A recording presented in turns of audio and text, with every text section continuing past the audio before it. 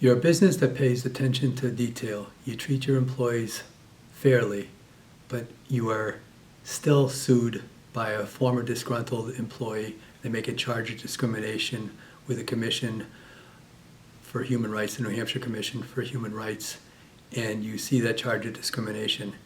Sometimes you may want to act in anger and be dismissive about it. That would be a mistake.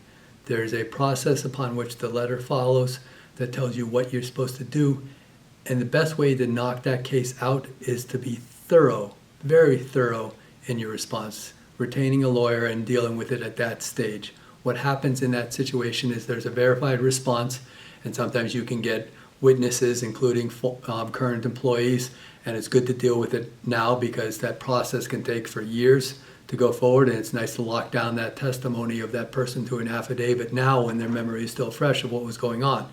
So if this person, by way of example, was in the workplace and they were always causing trouble, they may have been taking product, they may have been doing a lousy job in their job, but then they're saying the reason they got fired or the reason they got demoted was because of their race or because of their gender or disability or a variety of claims that you know are not correct.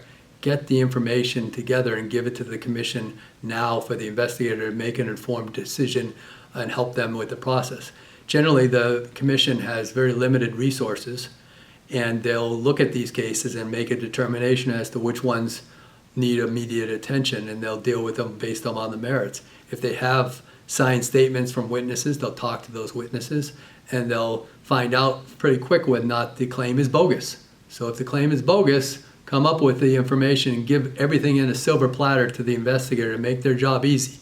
They have very limited resources, and making them playing hide the ball or blue smoke and mirrors doesn't make sense. Make it easy for them to make the proper determination. And if you do have some problems with the case, you're also going to be dealing with your attorney and think through about how to resolve it. The Commission does have a mediation process upon which you can resolve those cases, and sometimes it makes sense to deal with those cases early on. But getting an attorney right away in the case rather than just dismissively saying this is bogus and we don't need to really respond because it's the claim is very clearly not going to go anywhere. You don't know that until you give them all the information and the investigator decides that. Sometimes these cases, when they find out that the case is bogus, the investigators find out the case, it might go for the sitting in the Commission for 2 years or more before they even do anything with it, before they even make a finding in regards to that. And during that process also, sometimes that employee has moved on. They figure that they don't want to process that claim. They might have been hot and heavy and angry that they got fired even though they were the cause of their own firing. But once they move on, they might move to a different location, the case may die. So it helps you, the time process, the longer it stays with the Commission helps the employer.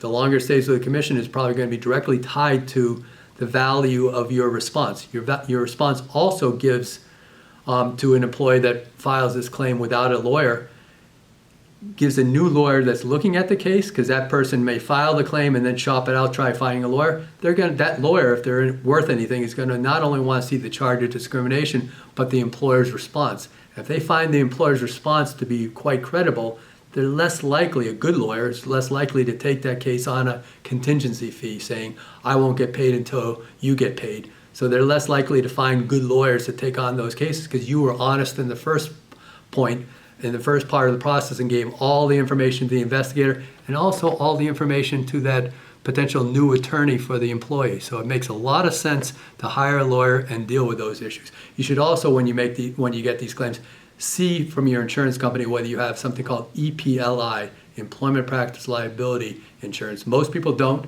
but you might actually have coverage for that might actually help you with the expense of the claim, the defense of the claim, and then ultimately if there has to be a payment to the employee.